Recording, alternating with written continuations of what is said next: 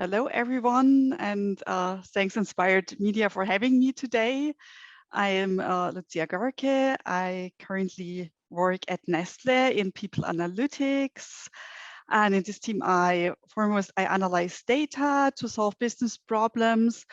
One example is attrition, and another example for a business problem is the use of micropolling, for example, to enhance the productivity of employees.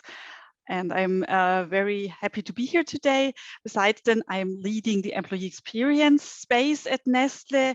And this is also at this connection I want to be today, and I want to talk about this. So today my subject is how micropolling helps to deliver a positive employee experience without survey fatigue, and how I provide a people analytics solution to it.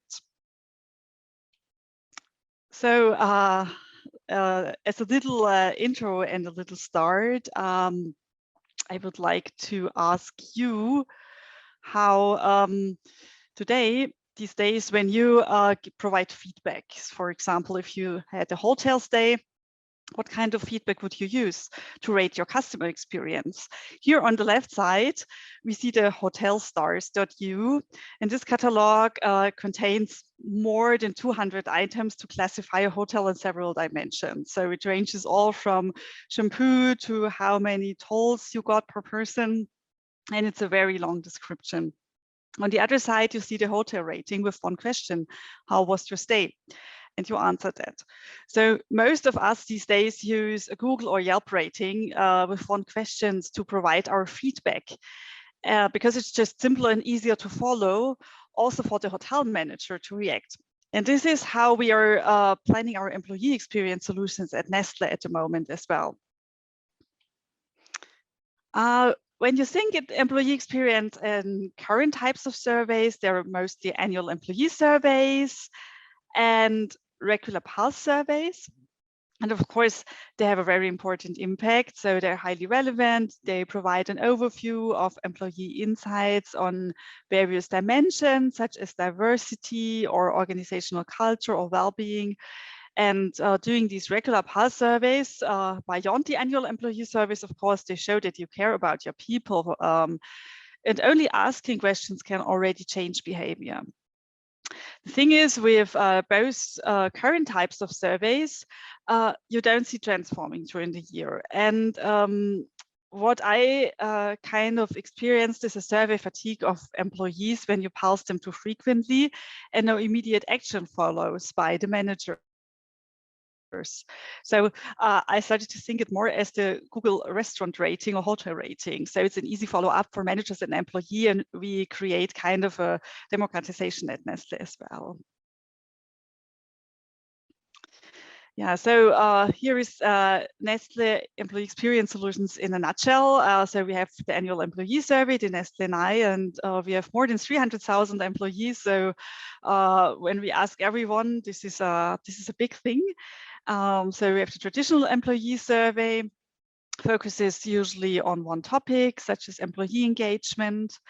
Then we have the pulse surveys, containing surveys on a loop with 8 to 10 questions, meaning like asking employees, for example, twice a year on themes like leadership effectiveness or team innovation.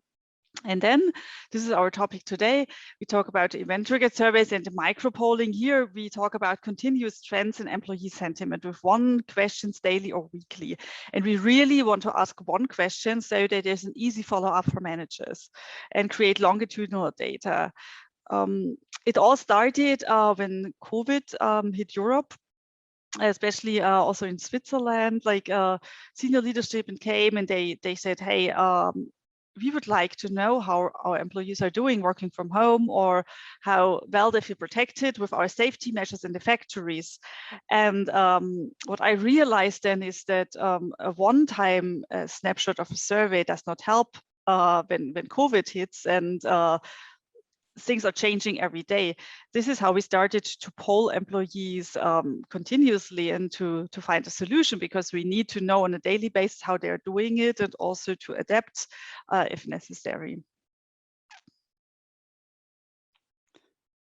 Yeah, so there's a big need now for continuous and actionable trend data. The annual employee survey does not help when you want to empower your employees to bring energy and an innovative mindset and creativity to delight customers.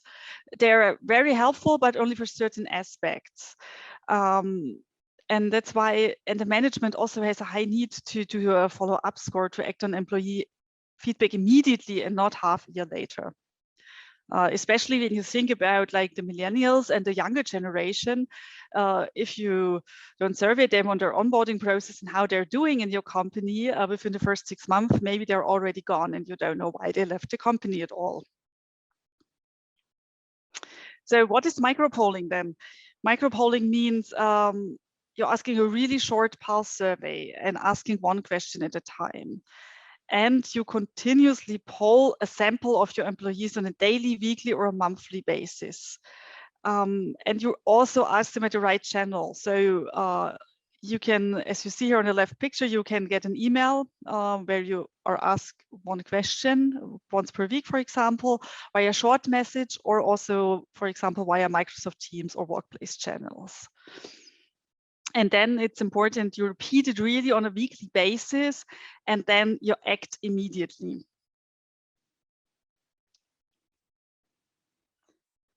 So I mentioned it already that survey fatigue can hit employees when they have so many surveys to answer, and then if they don't see like that there's a quick follow-up of the results, they're not very motivated to answer more surveys and to provide their feedback. So micropolling prevents employee survey fatigue by sampling the population. So here on the left, you see you ask one short micro question. So this is really one question out of a survey I used half a year ago. And then you polled your people. Here you see like all the little dots in different colors. They are our population. And you see by the colors, you only need to take out a certain amount of people to know what people think. So the lighter green group is, for example, polled in week 1. Then they will not be polled in week 2 and so on until everyone is polled in our sample. And then it starts again. So when you think about Nestle as a whole, with 300,000 employees, they are maybe asked twice a year then, and you still know on a weekly basis or even on a daily basis what your employees think. For us, it's very important to invite people at the right time and at the right channel. So email is something, and also the time, of course, we have blue collar workers who work in shifts and so on. So we adapt to their answering preferences and also use QR codes to ask the desk-free employees who, for example, don't have an email address ready, so that they can just use their cell phone to provide an answer.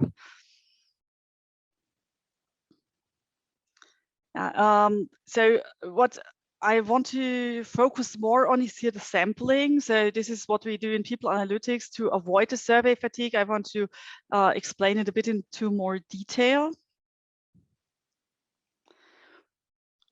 What you can see here is how the stratified random sampling method works. This is what we do. So on the left side here, you see the population. And of course, within our population, we have diversity. So we have gender diversity, age diversity, and all other kinds of diversity you can think of. So what we want to have in our sample, we randomly want to draw people out on a weekly basis. That's right. But of course, what we don't want to do, for example, is only sample men at Nestle. So we use a technique on top of the random sampling methodology that is called a stratified sampling. So as you can see here, we use like stratas.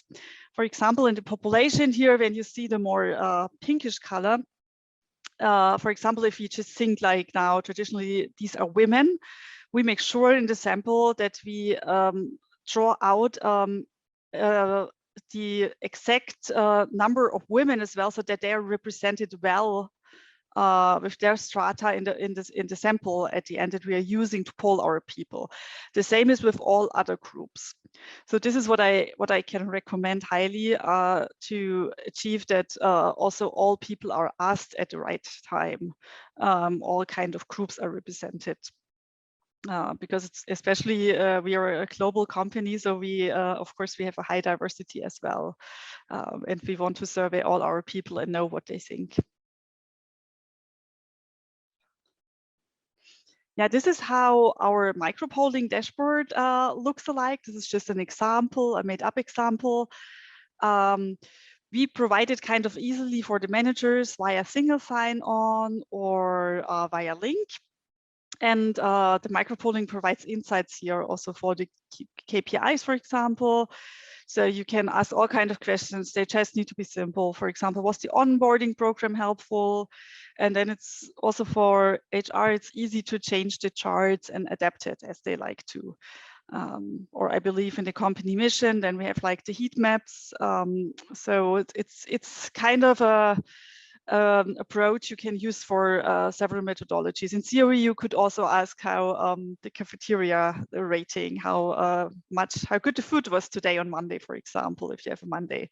But of course, we use it more for employee engagement questions. Yeah, and what is particularly important for us is that micropolling creates a feedback culture by being relevant for employees and managers.